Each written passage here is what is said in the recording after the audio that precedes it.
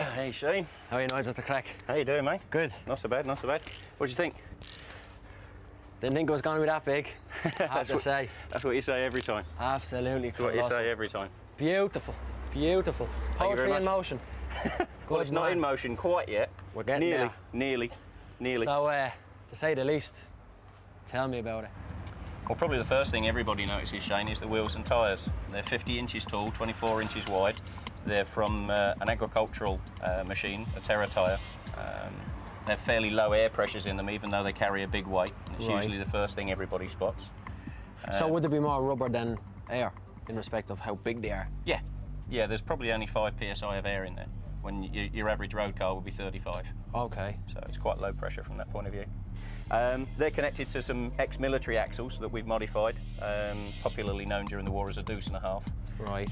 It's an American military truck axle which we've modified and put various bits on to enable us to fit the suspension to. Just to take the strength and the size of the wheels and stuff. Yeah, it's all beefing it up basically. It needs to do things that it was never designed to do. So we have to add a bit to that. In terms of suspension, we decided to go with the pros from America. Those are Night Stalker gas-charged racing shocks. Right. Your Bigfoot fella, the worst famous monster truck in the world, he races on those. So does Gravedigger, Samson, Predator, all the big race trucks in America. So you're in with the big boys? In with the big boys, but it comes with a big price, unfortunately, about £1,000 each. 4 of them. The Yanks use 8, I can't afford 8. Hey, we'll get there though, isn't that right, Nigel? Oh, every time, every time.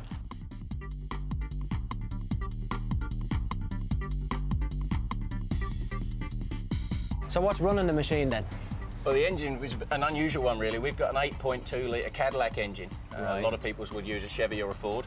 We went with a Cadillac because it has the biggest stock displacement that you can get. 650 horsepower in there. It's pretty powerful. And we have it on open headers, so it's pretty noisy.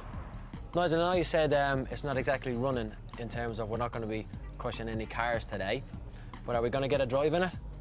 Yeah, I think we can let you have a go. I'll just pull it out onto the street so it's pointing one way for you, and you'll be off. Okie dokie.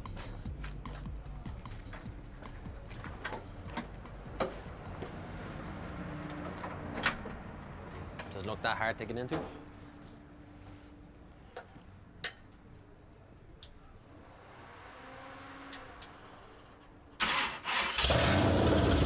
Beautiful, lovely.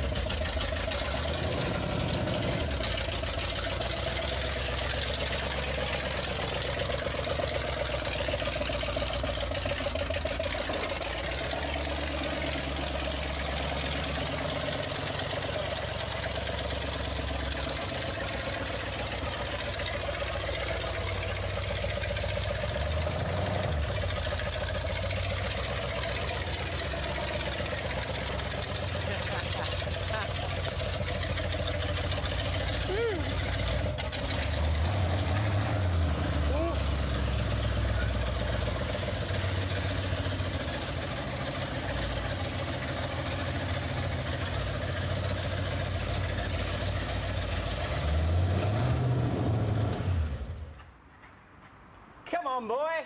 That is massive, man.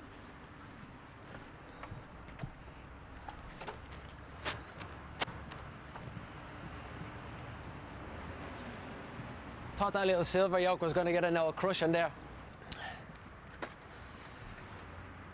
Nigel, if you can first run me through what I have to do in terms of how to drive it, etc. I'll just stand up on the side and take it nice and handy though. Come in and I'll show you what we do.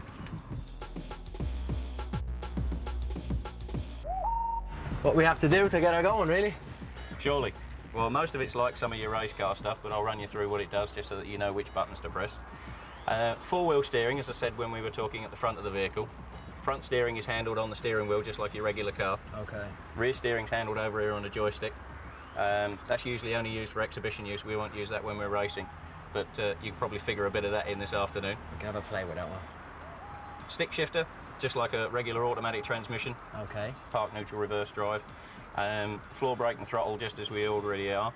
When you've got the engine running, because of the load that the hydraulic pumps placed on the engine, if you're actually going to do any steering when you stood still, you need to feed in a little bit of throttle. Otherwise the pumps will stall the engine for us. That's a little bit like my old JCB I have at home. Very similar.